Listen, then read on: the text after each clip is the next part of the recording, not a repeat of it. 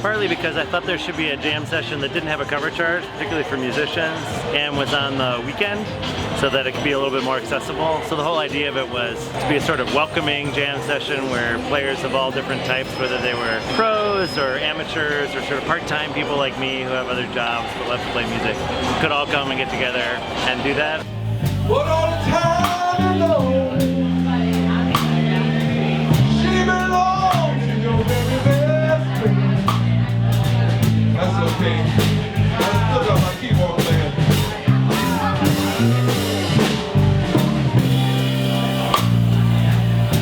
Well, DC Jazz Jam means an environment for young musicians to come together and try new things out. We get all sorts of people in here. We get a lot of pros, but we also get a lot of new musicians. So this is kind of an environment for everybody to come together as a jazz community and work out what they've been working out in the practice room, essentially. It's kind of like our Sunday come to church.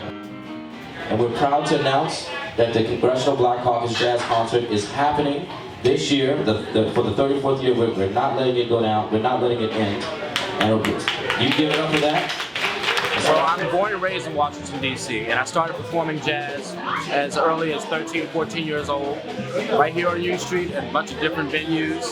So I was around when Will Stevens helped start the D.C. Jazz Jam early, well, I guess about 10 years ago or so, when he was over in Adams, Oregon. And so there's been that kind of symbiotic relationship where we both kind of shared vocalists. So we've taken a little bit from each other in our programming of each of the jam sessions, but we've also been supportive of each other in our advocacy. Will Stevens comes over to the jam session and plays, and he'll be at our festival, and I come to the jam session and sit in when I'm not on the gig. So we're working together because we have to.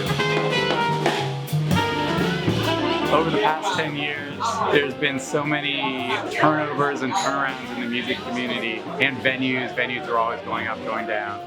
But it's nice to know that at least at Brixton will be there for a place to go on Sunday to meet up with other musicians.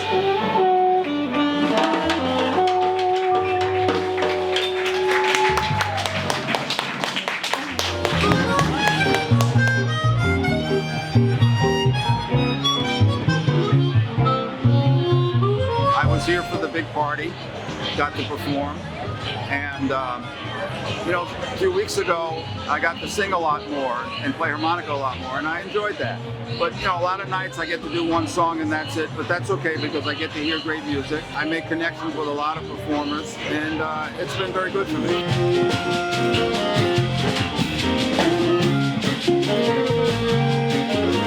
Place to run into a lot of really nice people that you care about the music and have fun. You know, sometimes people show up and they're kind of unfamiliar, they don't know what they're doing, they kind of mess up a little bit, but there's no like really hard vibing or anything like that.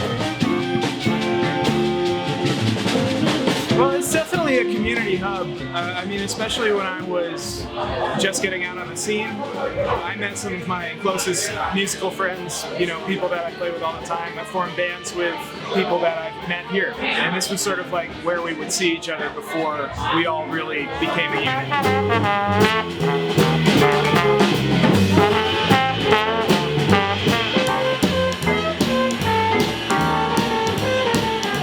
Several establishments or jam sessions that have stopped happening or closed down.